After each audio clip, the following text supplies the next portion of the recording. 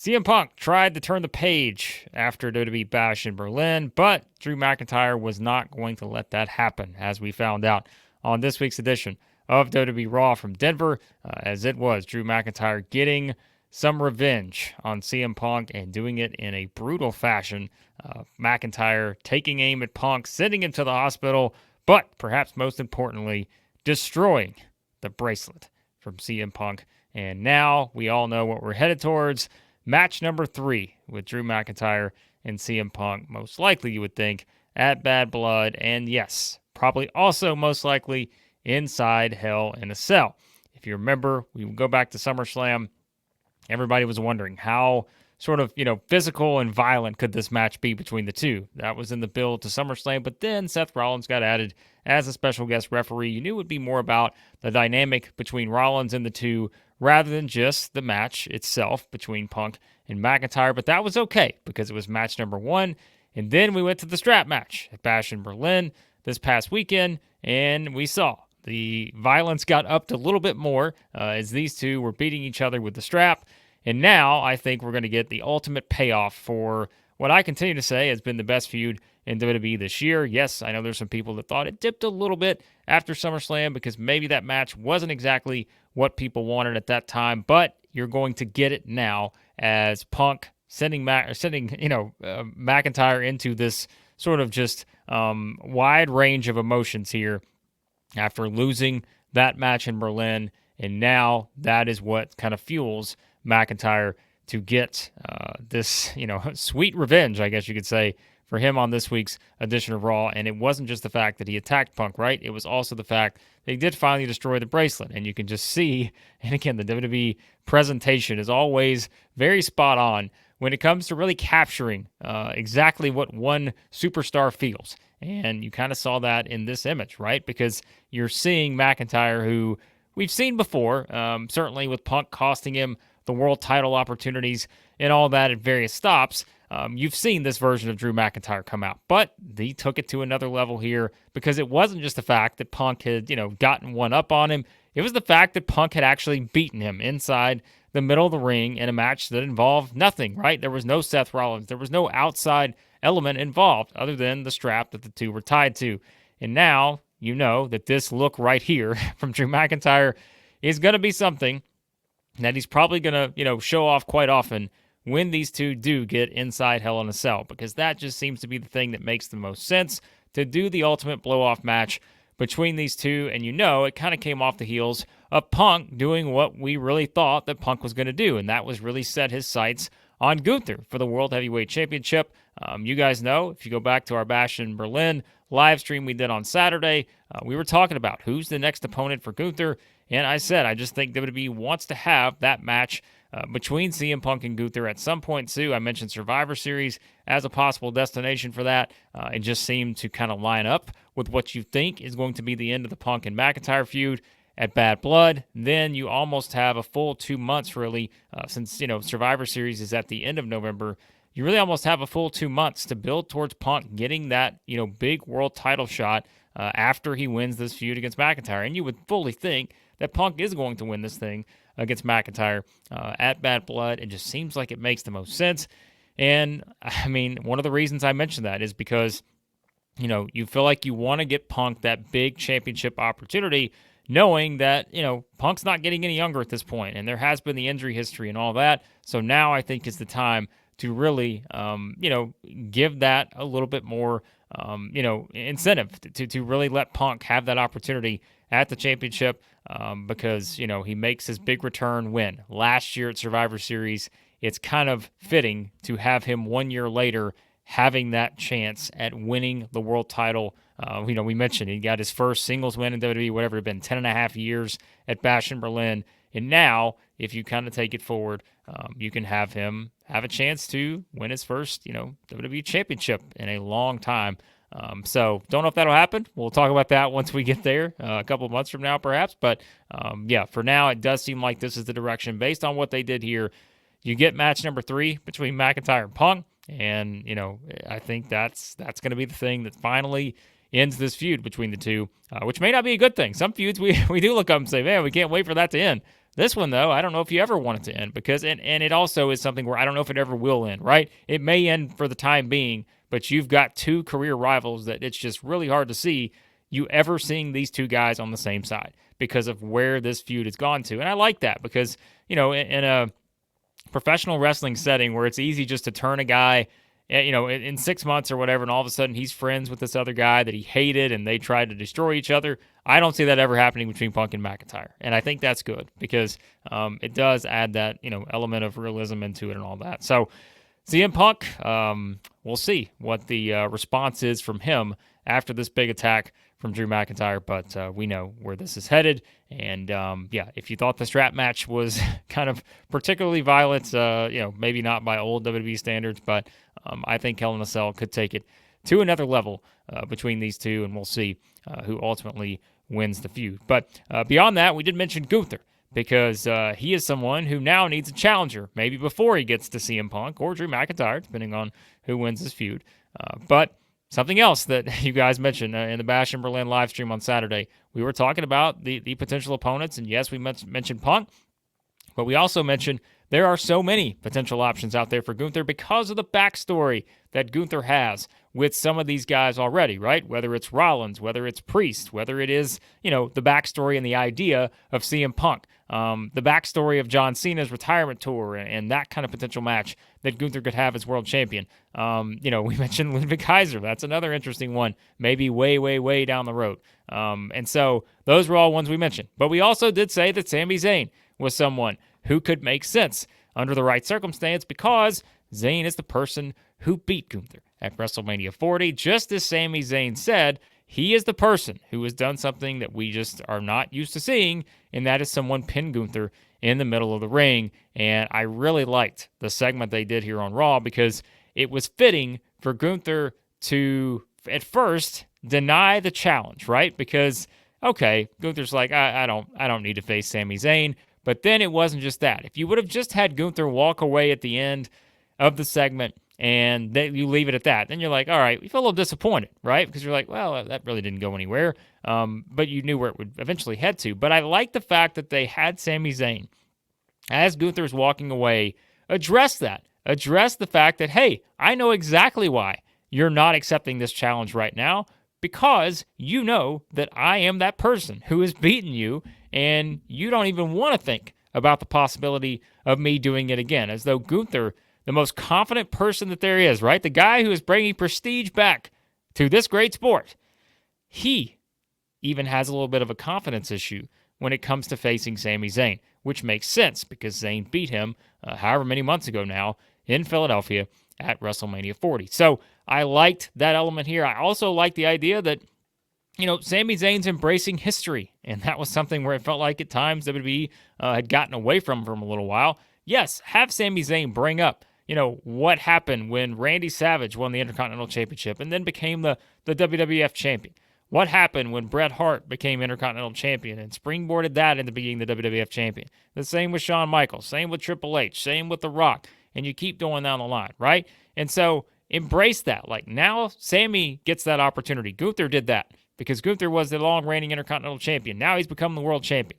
Now it's Sami's turn to finally get his hands on the World Heavyweight title, and I really like kind of the setup here. Very simple to do between these two because there is the backstory in place, and we know the match is going to be fantastic. The last one was between them. So I think this is something that really makes a lot of sense.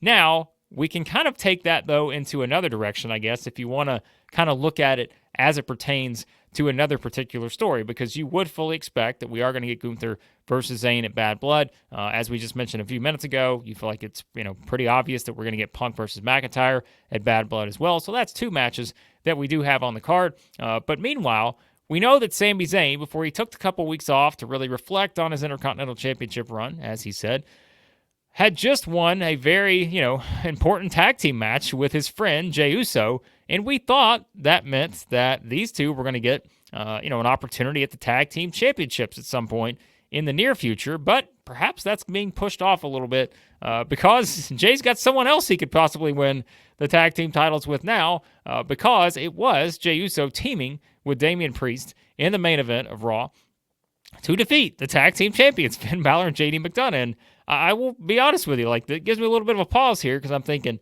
wow, it feels like the last two big matches that Finn Balor and JD McDonough have had as tag team champions, non-title matches, they've lost both of them, right? They've lost to Jey and Zayn, they've lost to Priest and Jey as well. So, those are kind of the high-profile matches. I can't remember if they've had matches in between there, but you get the point. It's the high-profile ones like this that now they've lost. So you do have Priest and Jey in some sort of, universe here where they can challenge for those tag team championships, knowing that they have beaten them.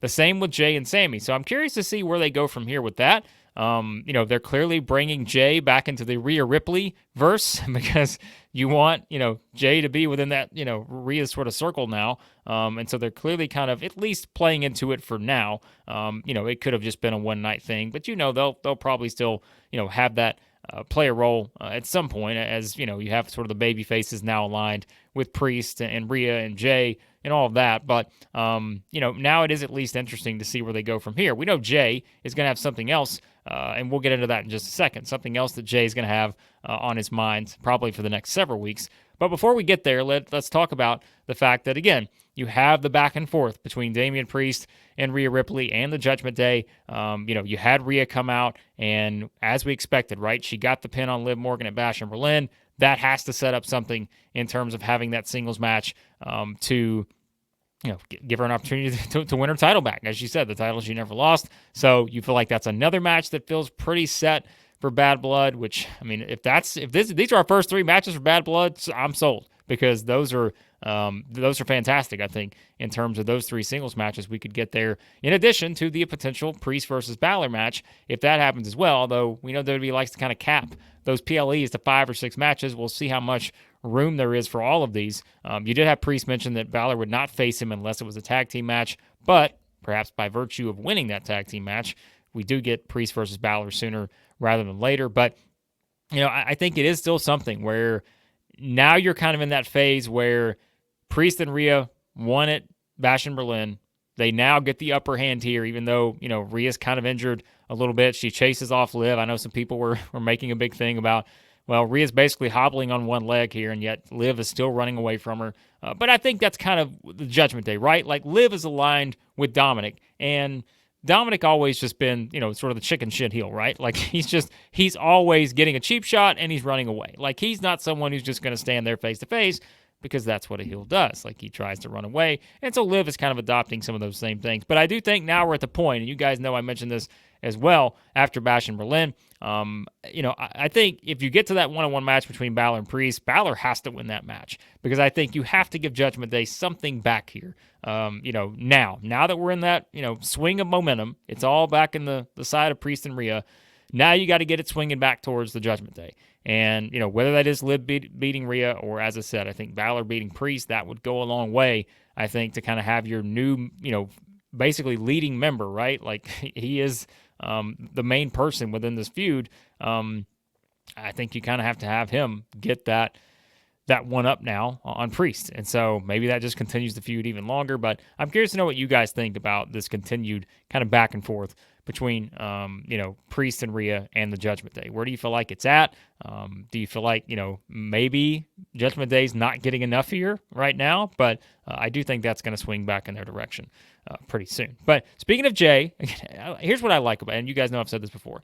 Everything just kind of ties into the other thing, right? You can easily just transition now into what Jey has going on elsewhere. It's not just what he has going on here, but we know he is going to be now in that Fatal 4-Way #1 contenders match for the Intercontinental Championship next week, because it is going to be Jey versus Pete Dunne, who those two had already qualified, and now we know the other two people that will join him. It will be Ilja Dragunov and Braun Strowman. And Strowman, of course, replaced Bronson Reed. He was out due to illness, so they had to pull him from that triple threat match. And so it is now Strowman advancing, which makes you wonder, was it going to be as simple as Reed advancing to get to this match? The fact that they had Strowman advance versus, maybe doing something with Sheamus or Ludwig Kaiser.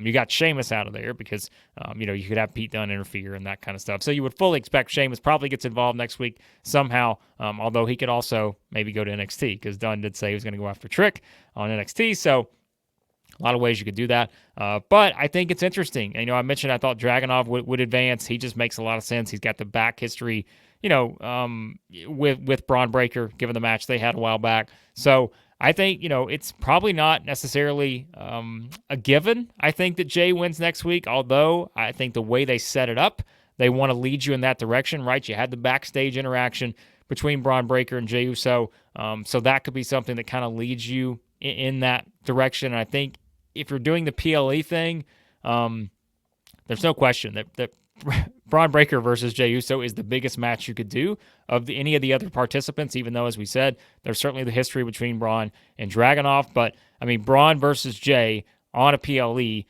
is the biggest match you could do. And remember, Jay's kind of been on the outside looking in recently. When you look at some of these recent PLEs, right? He wasn't on Bash in Berlin, wasn't on SummerSlam. So I could definitely see them wanting to get him back into the rotation here. You have Sami challenging for the world title. You have Jey challenging for the Intercontinental title at Bad Blood. And maybe that's where you get these two somehow come back together. We're still waiting on it. We know what's going to happen. It's just we don't know when they're going to get there. So, I could definitely see that, playing out that way because they did put that backstage segment between the two to kind of go ahead and build the history with the family, right? You have Braun Breaker bringing up that Jay's family's never been able to top his family, the Steiners. He's never been able to do it. So I like the fact that they're kind of building that in already, and it does kind of hint at what you would expect them to do. But I would also not be completely shocked if Dragunov won the match to give you that rematch between Breaker and Dragunov. But maybe we are headed towards Breaker versus Jey, and you kind of have, as we said, sort of the symmetry with both Jey and Sami challenging for singles titles. Maybe they both come up short, and then they get back into the tag team picture. That could be something that could happen with that. But elsewhere on this week's edition of Raw, we did have Chad Gable set up the 8-person tag next week between American Made and the Wyatt Sicks. So Uncle Howdy comes out, and also it's kind of the first time you saw Uncle Howdy speak kind of in that setting where he kind of explains his reasoning and all that, and that how they're going to try to finish off American Made here. So it's going to be the 8-person tag next week between those two factions, and elsewhere you did have the continued stuff with the Pure Fusion Collective and Zelina Vega. You had Lyra Valkyria come out to make the save for Vega, but the numbers advantage still in favor of the Pure Fusion Collective here. So you had that on the show as well. The Tag Team Championship now, we know for the women's side, we're going to get a rematch between Bianca and Jade against Alba, Fyre, and Isla Dawn. They won the number one contenders women's match against Damage Control. Kairi Sane got busted open pretty good. I'm sure you guys saw that. But she seems to be okay afterwards. So they did play up kind of that tension, though, between Belair and Jade and, Kairi and Io afterwards because of what happened. Kairi comes off the top. Dawn pulls Bianca in the way, and so you kind of had the frustration come out. So those two, you would expect at some point you're going to get a match between those two. I just don't see Fyre and Dawn winning those titles back next week. So that's kind of where we were on that. And you did have kind of Kofi Kingston mentioning something about the Tag Team Championships to Adam Pearce. Now we know why this is relevant because there was no Odyssey Jones on the show. I'm sure if you guys are watching this, you already know. There has certainly been a lot of rumors out there that Odyssey Jones may not be with the company anymore, which is just, there's no details. So we don't know, but there seem to be some reports out there.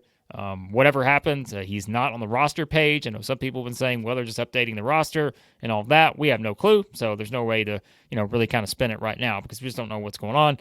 But no mention of him on the show. They almost were just sort of hinting at Kofi and Xavier Woods coming back for the Tag Team Championship. So not sure where we're headed with on that, but that's kind of about all we got from that on this particular show. And I'm trying to think if there's anything else here as I look through my notes. I think those were the biggest things, as you guys know. Now we can't talk about Joe Tessitore, who made his debut as the play-by-play person for Raw. I thought he was good. I think, some people saying, well, he didn't have the finisher name here, or he didn't say this in particular, but you got to remember, this guy's first show. It's a 3-hour Raw. Like, it'd be a little bit easier if you're doing SmackDown, 2 hours versus 3 hours. But I think, for my money, like, I thought he's probably one of the better ones we've seen debut in this particular spot. It's different than Michael Cole, and I think that's the thing, right? You're comparing him to someone who has just been the voice of WWE for so many years, and so it's always going to feel like hey, I got to get, it's going to be a little getting used to this, right? Like, it's going to take a little bit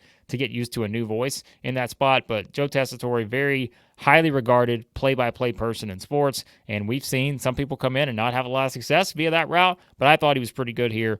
Sure, is there a couple things, move-wise, he doesn't maybe know every single finisher from every single person just yet, but you can tell he's put in the homework on the storylines and having a pretty good idea, I think, of that. And Wade Barrett, I think, is just, has come into his own in terms of like the color commentary person. So, Barrett being with him, I think, really adds a lot too. So there you go, guys. That was this week's edition of WWE Raw. Let me know your thoughts on everything that took place. Where do you think things head towards Bad Blood? We also did get the announcement, and we'll talk about this for SmackDown, but we are going to have Cody addressing Solo Sikoa.